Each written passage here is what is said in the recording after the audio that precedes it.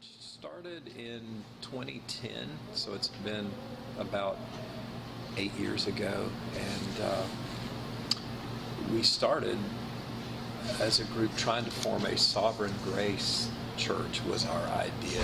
Sovereign Grace is a kind of a reformed charismatic denomination in the U.S. and around the world. C.J. Mahaney started it.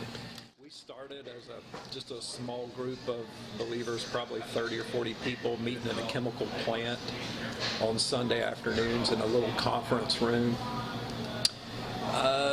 We added and subtracted, so we grew and yet lost a lot of some of the original people that were kind of tagging along to see if they would be a part.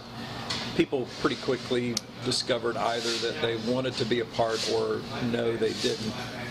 And still, we managed to grow and move to a school, so we moved to the location that we're in right now, which is an elementary school.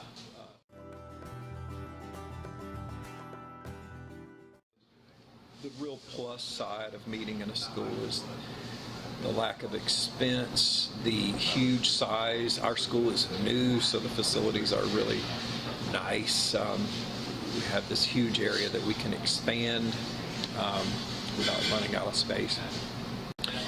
The bathrooms are large and spacious, and also there are a lot of benefits to meeting in a school. The downside is that you don't have your own space and you have to pay every time you meet, so it's really limited us in terms of having members meetings and prayer meetings and things like that. So that's the downside. We can't control the temperature in our building, which is horrific. Right now, they've just recently instituted this thing where they control the temperature in all of their schools from a central location downtown in Milton. And that man must be evil who controls that because it's so hot right now. I mean, I realize it's winter time and it's 40 degrees outside, and I'm thinking a cool 67 would just be wonderful inside there. Or hey, let's even go 68.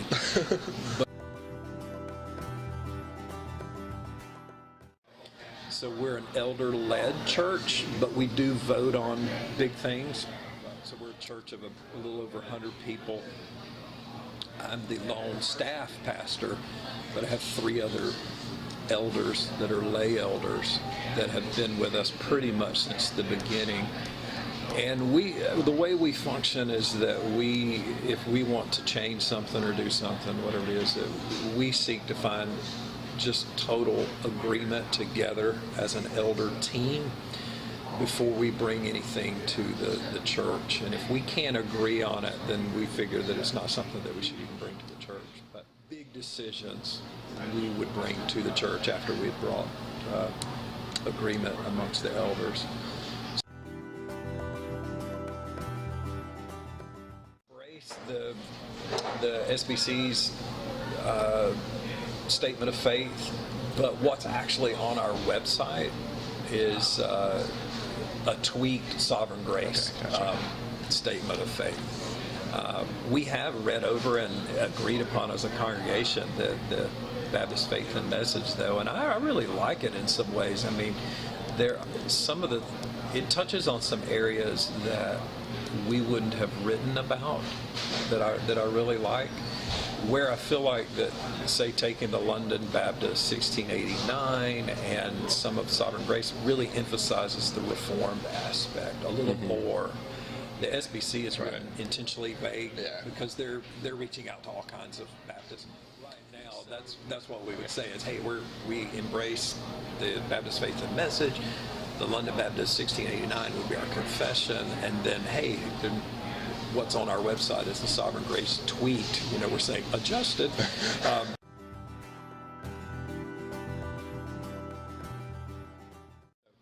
Sovereign Grace, I found out about Sovereign Grace down the road, and so we started out doing that because we felt like that fit who I was as a pastor and what I felt like church should be like.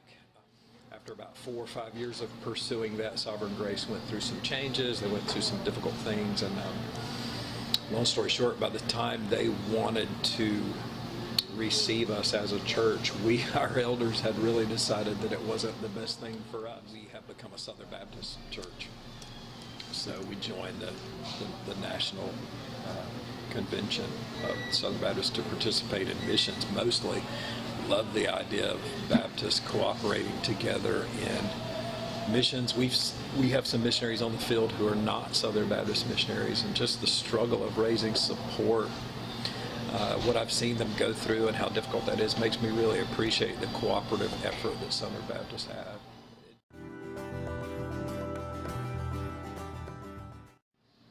We reach a lot of military personnel from Whiting Field. I think to a lot of military people, being transient is not a problem for them because their lives are that way. They're moving from place to place to place, so the fact that we don't have a permanent building doesn't bother them. So it's bittersweet. So we've seen people come, and military officers come and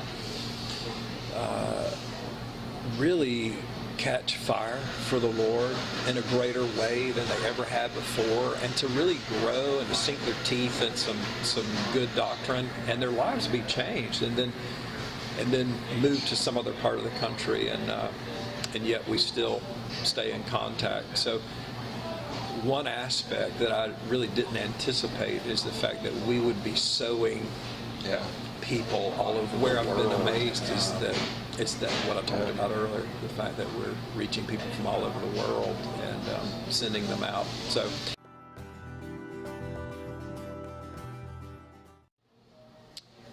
favorite memory at Redeemer? Boy, that'd be hard to. I have no idea. I do have a lot of fond memories. I suppose it would just simply be all the amazing people that I've met through the years that have become a part